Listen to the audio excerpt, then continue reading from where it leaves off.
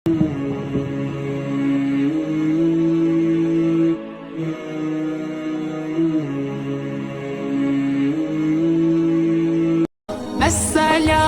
يا الله المؤمن يا الله المهيمن يا الله কি হয়েছে বন্ধু তোমার? আর বলিও না বন্ধু, আমার মানসিকতা ভালো নাই বন্ধু। মানে কিছু মনে করো না, কি হয়েছে আমি কি জানতে পারি?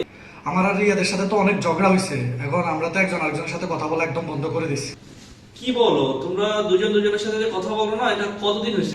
এই গত 2 দিন থেকে বন্ধু। আরিফ, তুমি কি জানো রাসূল সাল্লাল্লাহু আলাইহি সাল্লাম কি বলেছেন? রাসূল সাল্লাল্লাহু আলাইহি সাল্লাম বলছে যে এক মুসলমান অন্য মুসলমানের সাথে ঝগড়া, হানাহানি, কাটাকাটি এগুলো করা সম্পূর্ণ নিষেধ। এমনকি বলেছেন যে এক মুসলিম অন্য মুসলিমের সাথে যদি 3 দিনের বেশি কথা না বলে এটা সম্পূর্ণ নাজায়েজ, সম্পূর্ণ হারাম। এমনকি মহান আল্লাহ তাআলা সূরা হুজরাতের 10 নং আয়াতে বলেছেন, মুমিনরা পরস্পর ভাই ভাই, অতএব তাদের মধ্যে সম্পর্ক পুনর্গঠিত করে দাও। তাই আমি বলি কি আরিফ, ক্ষমা করে দাও ওকে, বরং তুমি গিয়ে মাপ চাও, তাহলে তুমি বেশি সম্মানিত হবে আল্লাহর কাছে। তাহলে তো আমার রিয়াদের কাছে মাপ চাওয়া উচিত, আর যত দ্রুত পারে তার সাথে যোগাযোগ করা উচিত, তার সাথে কথা বলা উচিত। তাহলে রিয়াদকে এখনই একটা কল দিই, সে কই আছে একটু তার সাথে এখনই দেখা করবো। হ্যাঁ হ্যালো রিয়াদ বন্ধু, প্লিজ প্লিজ প্লিজ বন্ধু, ফোন কাটিস না বন্ধু, তোর সাথে আমার খুব ইমার্জেন্সি কথা আছে বন্ধু। তুই কই আছিস বল বন্ধু। আচ্ছা ঠিক আছে বন্ধু, আমি তোর সাথে এখনই দেখা করবো বন্ধু, প্লিজ তুই একটু এখানে অপেক্ষা কর বন্ধু, আমি আসতেছি।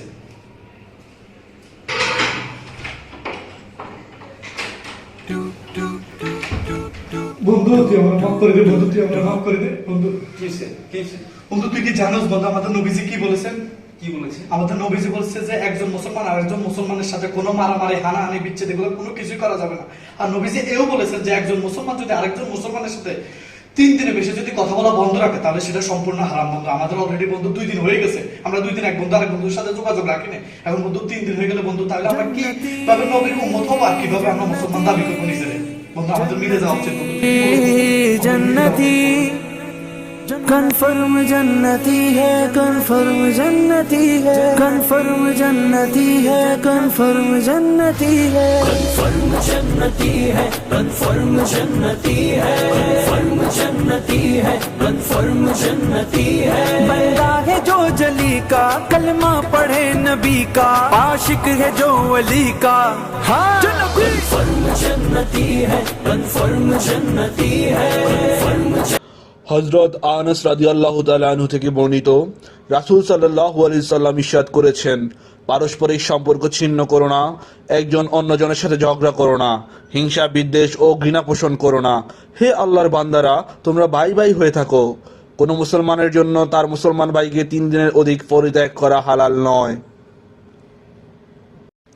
অথচ আমাদের সমাজে এই জিনিসটাই বেশি পরিলক্ষিত হচ্ছে। তাই আসুন কুরআন এবং হাদিসের নির্দেশিত পথে চলি এবং এক মুসলমান অন্য মুসলমান ভাই বোনদের প্রতি আমরা সদয় হই, সবার সাথে সুসম্পর্ক বজায় রাখি। আল্লাহকে খুশি করানোর জন্য হলেও আমরা সুসম্পর্ক বজায় রাখবো ইনশাআল্লাহ। আদন জানাছি আঙ্গ ভাইয়া ফজর নামাজ না হয় 10টা তো ঘুমা। আঙ্গ মামাকে লাগছে কি খায় ঘুমা কামই করে। তো গো আফসার তো মনে তোর আমু কথা শুনি না কেন? আফসারের কথাই শুনে না আমি গো হাসনে তো মুজিও নামাজের তো যাই চলি। এই আলামিন আদন এদিকে আসো। এতক্ষণ তোমরা যে কথাগুলো বলছিলে এগুলা কি জানো? ইল্লা আমরা মানুষের নামে কথা কইছি। তোমরা যে এতক্ষণ কথাগুলো বলছিলা এগুলা ইসলামের ভাষায় বলে গীবত। ইসলামে গীবত একটা বড় পাপ। গীবত সম্পর্কে আল্লাহ তাআলা বলছে মৃত ভাইয়ের গোশত খাওয়ার সমান। আমরা তো জানতাম না এগুলো যে গীবত। এখন জানছি আর কখনো এগুলো করব না আমরা। দোস্ত একটা জিনিস দেখলাম, জামিলগো ঘরের বেগুন গরিব, একটা বড় লোক নাই। হ্যাঁ শুনছি তো বন্ধু, এগা বংশের মধ্যে কুলি, মজুর, চোর, ডাহাত ব্যাগ আছিল। হ্যাঁ আবার ওই যে উত্তর বাইরে ফোন আছে না, এগুলো তো বংশে নাই। ভাই অনেকক্ষণ ধরে শুনতেছি আপনারা অন্যের বংশ লয়ে গীবত করতেছেন। কিভাবে আপনারা উচ্চ নিচ লোক নির্ণয় করতেছেন? যেখানে নবী বলেছেন দিনদার ব্যক্তি ছাড়া কোন ব্যক্তি অপর ব্যক্তির উপর শ্রেষ্ঠ না। না রে বন্ধু, কথাটা ঠিকই কইছে।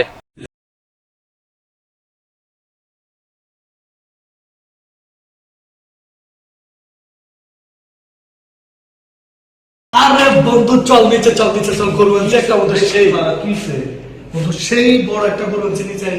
ফেসবুকে দিছিল এটা? হ্যাঁ বন্ধু তুই ফেসবুকে দেখছিস? আরে গরু কিনিয়ে তো প্রথমে সেলফি দিলে ফেসবুকে ছাড়ি না। ভালো করছিস, ঠিক আছে, কিন্তু কি হইছে নাকি? বন্ধু গরু তো সেই বড় এক গরু কিনছি, মনে করো যে পুরো মহল্লা পুরো মনে করো যে একেবারে আলোড়ন সৃষ্টি করে দিছি। চল চল বন্ধু চল চল গরু নিচে আসি বন্ধু। আচ্ছা শোন, তুই আমার কথা শোন। কি বন্ধু বল কি? তুই গরুটা তো কোরবানির জন্য কিনছিস তাই না? আল্লাহর উদ্দেশ্যে তুই এটা কোরবানি করবি তাই তো? এই যে কোরবানির সব মহল্লা মহল্লা সবাই নিয়ে নিয়ে দেখাই দিচ্ছ, একটা বড় গরু কিনছস, আবার ফেসবুকে সেলফি তুলে এটা দিছস, লাইক শেয়ার কমেন্ট যে নেস, এটা কি ঠিক? এটা কি ভালো দেখায়? তোমার তো সমস্যা কি? সবাই তো দিতেছে বন্ধু, তা আমিও দিচ্ছি বন্ধু।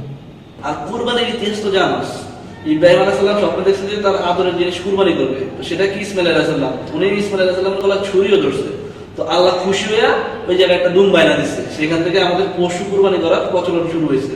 এখন মনে কর যদি সেই প্রচলন না থেকে আল্লাহ তোর ভাই বা সন্তানকে কুরবানি করার প্রচলনটা দিত, তখন কি হইতো? তখন কি তোর ভাই বা তোর বাচ্চারা এরকম গলায় মালা দেওয়া পুরো মহল্লায় মহল্লায় ঘুরে দিই, সেলফি তুলে ফেসবুকে দিতি, আর মানুষের কাছে লাইক কমেন্ট করতে ভালো লাগতো?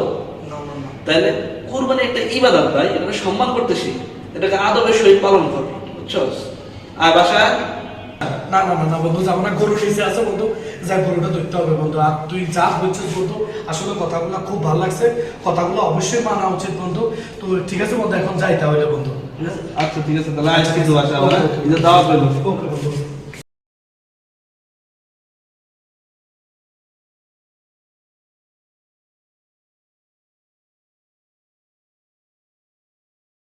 আমি তো শিওর বন্ধু, সাকিবদের কোরবানি এবার হবে না বন্ধু। কি কস তুই কেমনে জানাস? আরে বন্ধু আমি জানি। শুন, আন্দাজ এইভাবে বলিস না, এগুলো বলিস না, বুঝছস? বন্ধু আমরা জানি কোরবানি মাংস সমান 3 ভাগে ভাগ করতে হয়। এক ভাগ হচ্ছে নিজেদের জন্য, এক ভাগ হচ্ছে মিসকিনের জন্য, এক ভাগ হচ্ছে আত্মীয় স্বজন প্রতিবেশীর জন্য। তারা নিজেদের ভাগে মাংস বেশি রাখছে, কিন্তু মিসকিনের ভাগও মাংস কমাই দিছে, আত্মীয় স্বজনদের ভাগও মাংস কমাই দিছে। এবার তুমি বলো বন্ধু, তাদের কোরবানিটা কিভাবে হবে বন্ধু? শুন, আসলে কোরবানির মাংস সমান 3 ভাগ করতে হবে এটা কোথাও আমি দেখি নাই। মানে তুই কি বলতেছিস বন্ধু? পবিত্র কোরআনে আল্লাহ বলছে যে কুরবানি আমার জন্য, আর কুরবানির মাংসগুলো আল্লাহ তাআলা আমাদেরকে হাদিয়া হিসেবে দিয়েছেন, অর্থাৎ কুরবানির মাংস হচ্ছে আল্লাহর পক্ষ থেকে হাদিয়া। তবে বলছেন যে সেই মাংসগুলো কি করতে হবে, সেটা বলছে তোমরা খাও এবং গরিবদেরকে দাও এবং তাদেরকেও দাও যারা খুঁজতে পারে না। সেই হিসাবে আলেমরা বলে যে 3 ভাগে দিতে হবে, সমান দিতে হবে, বা সমান না দিলে কুরবানি হবে না এমন কোনো কিছু না। আল্লাহর রাস্তা দিলেই হবে, প্রতিবেশীদের হক আদায় করলেই হবে, কুরবানি হয়ে যাবে, এটা কোনো সমস্যা নাই।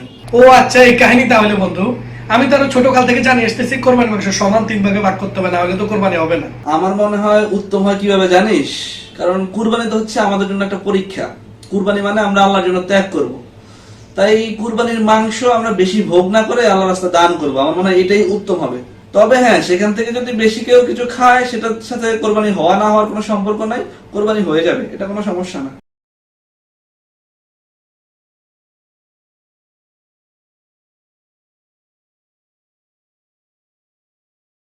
কোরবানি ঈদের সময় আমাদের ইমাম সাহেব প্রত্যেক নামাজের পরে আল্লাহু আকবার বলে কি যেন একটা বলতে থাকেন, আসলে হুজুর জিনিসটা কি? আসলে আল্লাহু আকবার যেটা বলতেছেন সেটাকে বলে তাকবীর। হানাফি মাযহাব অনুযায়ী কুরবানি করা যেমন ওয়াজিব, ওইরকম 9 তারিখ জিলহজের ফজর থেকে 13 তারিখ আসর পর্যন্ত তাকবীর দেওয়া ওয়াজিব। প্রত্যেক কুরবানির সময় আপনার হিসাব করে ইমামরা 9 তারিখ জিলহজ মাসের ফজরের নামাজ থেকে 13 তারিখ জিলহজের আসর পর্যন্ত প্রত্যেক ফরজ সালাতের পরে একটা তাকবীর দেন, আর তাকবীরটা হলো আল্লাহু আকবার লা ইলাহা ইল্লাল্লাহু আল্লাহু আকবার ওয়ালিল্লাহিল হামদ। এই তাকবীর দেওয়া ওয়াজিব এবং এটা না দিলে গুনাহ হবে।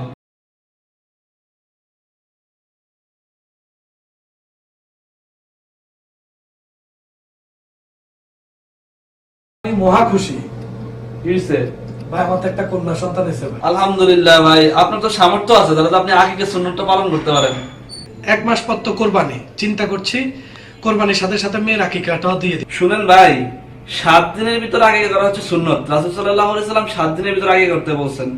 তারপরে যদি কেউ না পারে 14 দিন বা 21 দিনের ভিতর করতে হবে, কারণ এই হাদিসটি আয়েশা রাদিয়াল্লাহু তাআলা আনহা থেকে বর্ণিত। কিন্তু আপনি যদি এর পরে করেন তাহলে আপনার দেখা গেছে আকিকা ঠিকই হবে, কিন্তু সময়ের সুন্নতার পালন হবে না। এখন আপনি চাইতেছেন ঈদের সাথে করবেন, ঈদের বাকি হলো না 1 মাস, তাহলে আপনার আকিকাটা কেমন হলো বলেন? সমস্যা কি? সবাই তো দেয়, আমিও না হয় দিব। সময় সুন্নত না হয় নাই পালন হবে, কিন্তু আকিকা তো হবে ভাই। নবীজি বলছে যে ছেলে হলে 2টি, মেয়ে হলে 1টি ছাগল বা দুম্বা এই জাতীয় পশু আপনার জবাই করে আকিকা দেওয়ার জন্য। সেখানে আপনি কুরবানিতে আকিকা দিবেন, তাও আবার হচ্ছে গরু, তাও আবার সেটা হচ্ছে কয়েক ভাগে। এটা কেমন হয়ে গেল না জিনিসটা? অনেক হুজুরই তো বলে দেওয়া যাবে, তাহলে কি তারা জানে না? আসলে ভাই বিষয়টা হচ্ছে এটা একটা ইখতিলাফি বিষয়। অনেক অনেক হুজুর মনে করেন যে কুরবানি এবং ইবাদত এটা দুইটাই কাছাকাছি একটা ইবাদত, সেই জন্য অনেকে মনে করেন যে কুরবানির সাথে আকিকা দিলেও হবে। তবে উত্তম হলো কুরবানির সাথে আকিকা না দেওয়া, এটাই ভালো। আচ্ছা ধরেন আপনার আমি একটা কথা বলি, আপনার আমি একটা পচা আম আর একটা ভালো আম দিলাম, আপনি কোনটা খাবেন? অবশ্যই ভালোটা নিব। কেন? তাহলে ভাই কেন ইবাদতের সময় আপনি ভালোটা নিবেন না, উত্তমটা নিবেন না বলেন তো আমারে? ওরে ভাই, আপনি কি পেঁচে আটকেলেন ভাই? তবে অবশ্যই আপনি বিষয়টা ভালোই বলছেন। তাহলে আমি আর কোরবানির সাথে আকিকা দিচ্ছি না। এই 7 দিনের ভিতরে আমি আকিকা দিব, আর আপনার দাওয়াত রইল।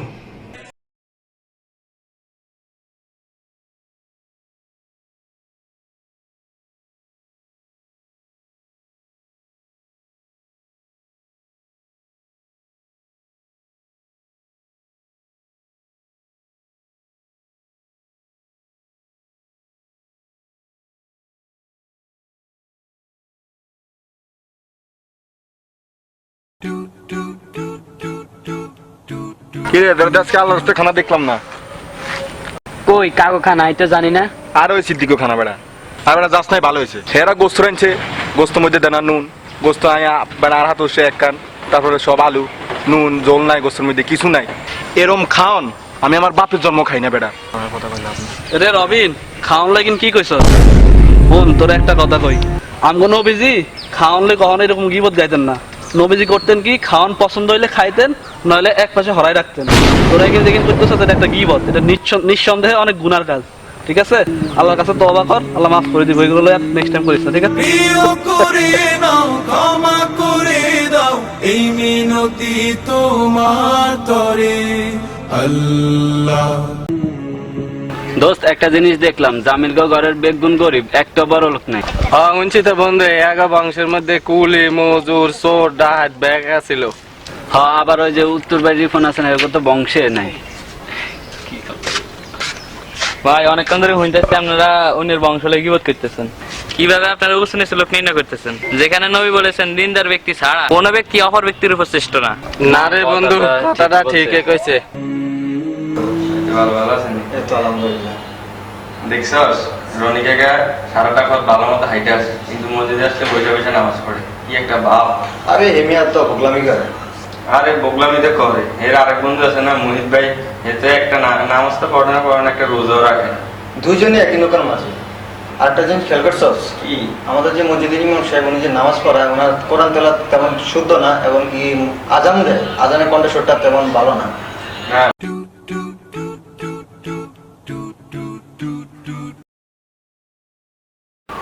জিয়াদ, জিয়াদ দেখ তো এই স্ট্যাটাসটা দেখ। তাহাজ্জুদের ওয়াক্তে কতক লোক ঘুমিয়ে থাকলো। শেখ সাদি রহমতুল্লাহ তাদের সমালোচনা করেন এবং বলেন, এই লোকগুলো যদি তাহাজ্জুদ পড়তো তবে কতই না ভালো হতো। সাদির পিতা একথা শুনে বলেন, কতই না ভালো হতো যদি তুমি তাহাজ্জুদ না পড়ে এদের মতো ঘুমিয়ে থাকতে, তাহলে এদের গীবত করার পাপ তোমার গায়ে চাপতো না। আল্লাহ, আমরা তো অনেক পাপ করে ফেলাইছি রে। দেখছেন শয়তান আমাদের মনোরঞ্জন থেকে কিভাবে আমাদের দ্বারা গীবত করেছে। যাই হোক, যাই করছি, এখন আল্লাহর কাছে তওবা করতে হবে। হ্যাঁ আসলেই এটার বিকল্প আর কিছু নেই।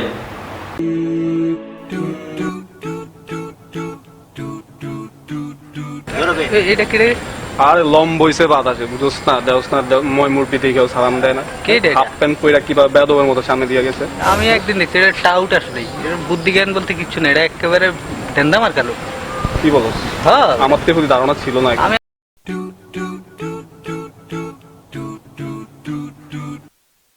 দেখছো স্নেহ লয়া কি মুডা, না জানি কোন দোকানের চাইল খায়। দেখতে তো মনে হয় হাইব্রিডের মতো। অস্ট্রেলিয়ান। অস্ট্রেলিয়ান? কি কস? আমার জোস নাম রাখছস কিন্তু, অস্ট্রেলিয়ান। কি রে, এটা আবার কি শিকনের ক্যাঙ্গারু? এটা আমার মনে করে খাওয়ানো দেয় না। হ্যাঁ, এটা কি এক অবস্থা? এটা তো খুব দিলে চলে যাবে, উড়ে যাবে। এটা তো 133 ডিগ্রি বাতাস এলে পড়ে যাবে। আদম জানাছি আঙ্গ ভাইয়া ফজর নামাজ না হয় 10টা তো ঘুমা। হ আঙ্গ মামাকে লাগছে কি খার ঘুমা কামই করে।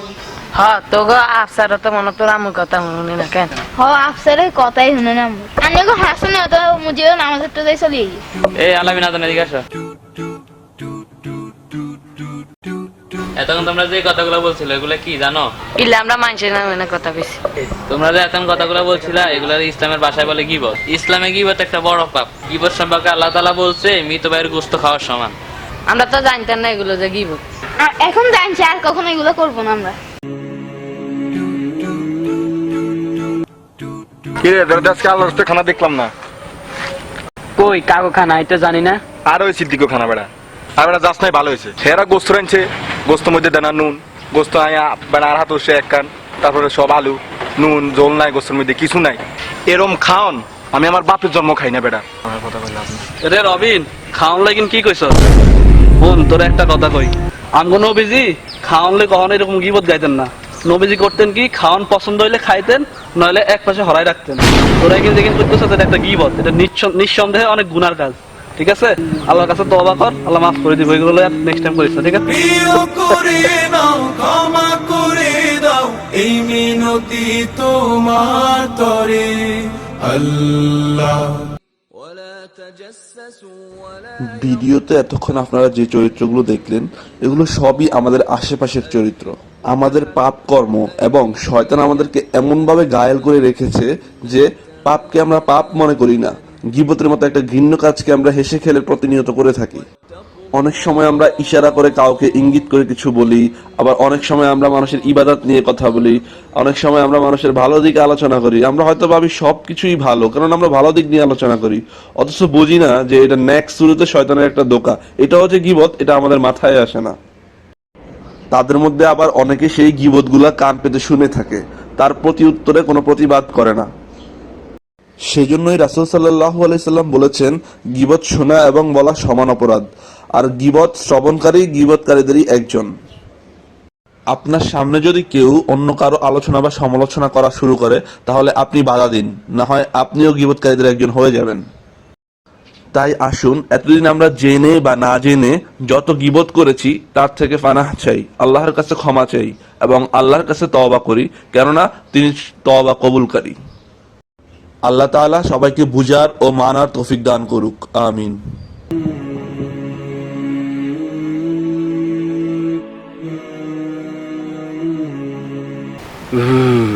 উপরে কালা, নিচে সাদা, দক্ষিণে লাল, উত্তরে কালা, তোমার ভবিষ্যৎ অনেক বালা। ইল ইল ইল বাবা ইল। দাও ভাষাদন, দাও 500, দাও, নাইলে তোমার ভবিষ্যৎ নষ্ট। দাও, বক্সে টাকা রাখো, দাও। বাবা মুই তো গরিব মানুষ, মোর কাছে এত টাকা পয়সা নাই, একটু কমাই টমাই নিলে হয়। দাও দাও, যা আছে দাও দাও দাও দাও দাও, জলদি দাও জলদি দাও। গরিবের টাকা বাবা, দাও দাও তুই দেখেন বাবা। যাও যাও যাও যাও যাও যাও। হাবিব, অনেক তো কোনো পাইছিল সুসংবাদ। বাবা তোমার ভালো আছে, দেখা মনে কি আপনার? চলেন রে। বিদেশ ফেরত জ্যোতিষী বাবার দরবারে তোমাদের স্বাগতম স্বাগতম। বলো তোমাদের কি চাই বলো। আমার অনেকদিন কোনো ভালো সংবাদ নাই বাবা। কি হয়েছে? আমার কোনো ভালো সংবাদ নাই। উত্তরে খোলা, ডানে গর্ত। বাবা তোমার ইচ্ছে পূরণে আছে সত্য। কি বাবা, কি শর্ত? দাও বাবা, ফিস দাও তোমার।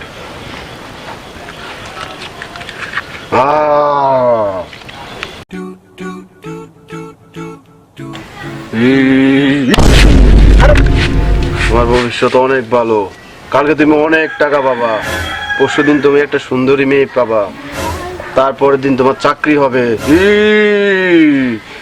যা যা যা যা যা যাও যাও যাও যাও যাও যাও।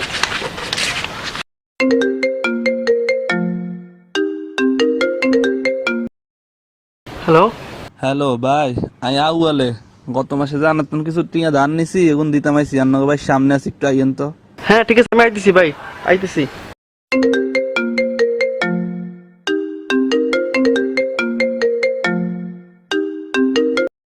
হ্যাঁ আম্মু, আসসালামু আলাইকুম। হ্যাঁ মানা, যে মাইয়াকে দেখছি বিয়ের লাই, সেই মাইয়াকে তোরে পছন্দ হয়েছে, আর আম্মু তো মাইয়া পছন্দ হয়েছেই। আর আম্মুরে ফোন দিছে বিয়ের দিন তারিখ ঠিক করার লাই। তুই হলে বাইতা তোর আব্বা আজ গিয়ে বিয়ের দিন তারিখ ঠিক করবো। ও আলহামদুলিল্লাহ আলহামদুলিল্লাহ।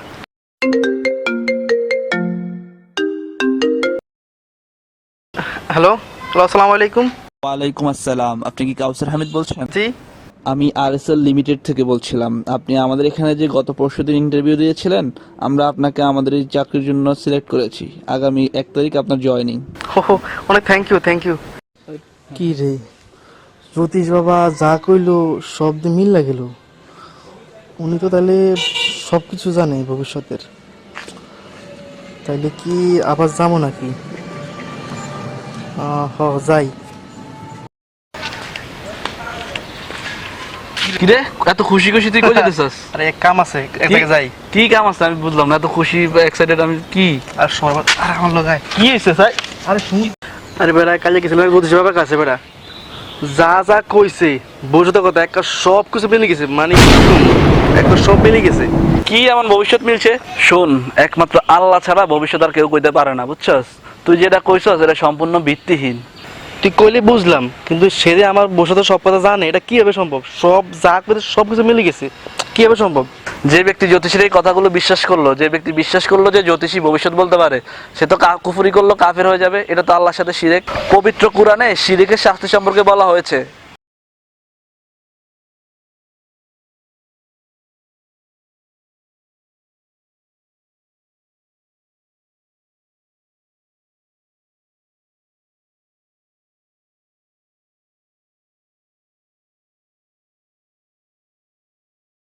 সাল্লাম বলছে যে ব্যক্তি জ্যোতিষীর কাছে যাবে 40 দিন পর্যন্ত তার তওবা কবুল হবে না।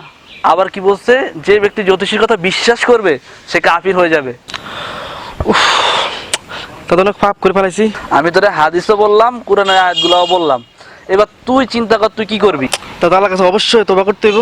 শোন, তুই যে কইতাছস যে সে যা কইছে তোর লাইফে সেটাই ঘটছে, সে বাস্তব, সে জানে আসলে, তাহলে তোর একটা কথা কই, তুই আবার যাবি জ্যোতিষীর কাছে, যা হের কষে একটা থাপ্পড় দিবি। দেখ তো হেরে যে থাপ্পড় দিবি এটা হে কইতে পারেনি, থাপ্পড়টা সে ঠেকাইতে পারেনি। যা, যদি থাপ্পড় ঠেকাইতে পারে, সে আগের থেকে জানতো, তাহলে বুঝবো যে সে জানে।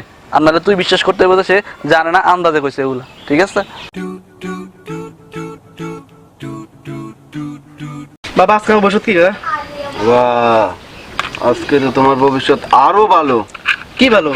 কিন্তু ওই যে আছে সত্য। কি সত্য? বাবা ফিস দাও। তোর এত বড় সাহস, তুই আমার থাপ্পড় মারলি? তোর ভবিষ্যৎ দ্বারা নষ্ট করে দিবি। কি নষ্ট করবি তুই? কারা? আর এইভাবেই গণক বা জ্যোতিষীদের প্রতারণার শিকার হচ্ছে সাধারণ মানুষ। এদের মধ্যে যারা সহজ সরল মনের মানুষ, তারা তো ঠিকই মনে করে যে জ্যোতিষ তাদের ভবিষ্যৎ বলে দিতে পেরেছে, তাই তারা নিজের অজান্তেই শিরক শুরু করে। যারা দিন সম্পর্কে জ্ঞান রাখে তারাই এদের বিরোধিতা করে, তারাই শিরকের বিরোধিতা করে। দিন শেষে তারাই এদের সমাজ থেকে প্রতিহত করে। কি রে তুই নাকি সব কিছু জানিস ভবিষ্যতের? আমি তোর কাছে থাকবো যেটা জানতি না, তুই জানি তাহলে তো কি লে পাওয়া যায় না। কিছু জ্যোতিষী তুই বাট্টার।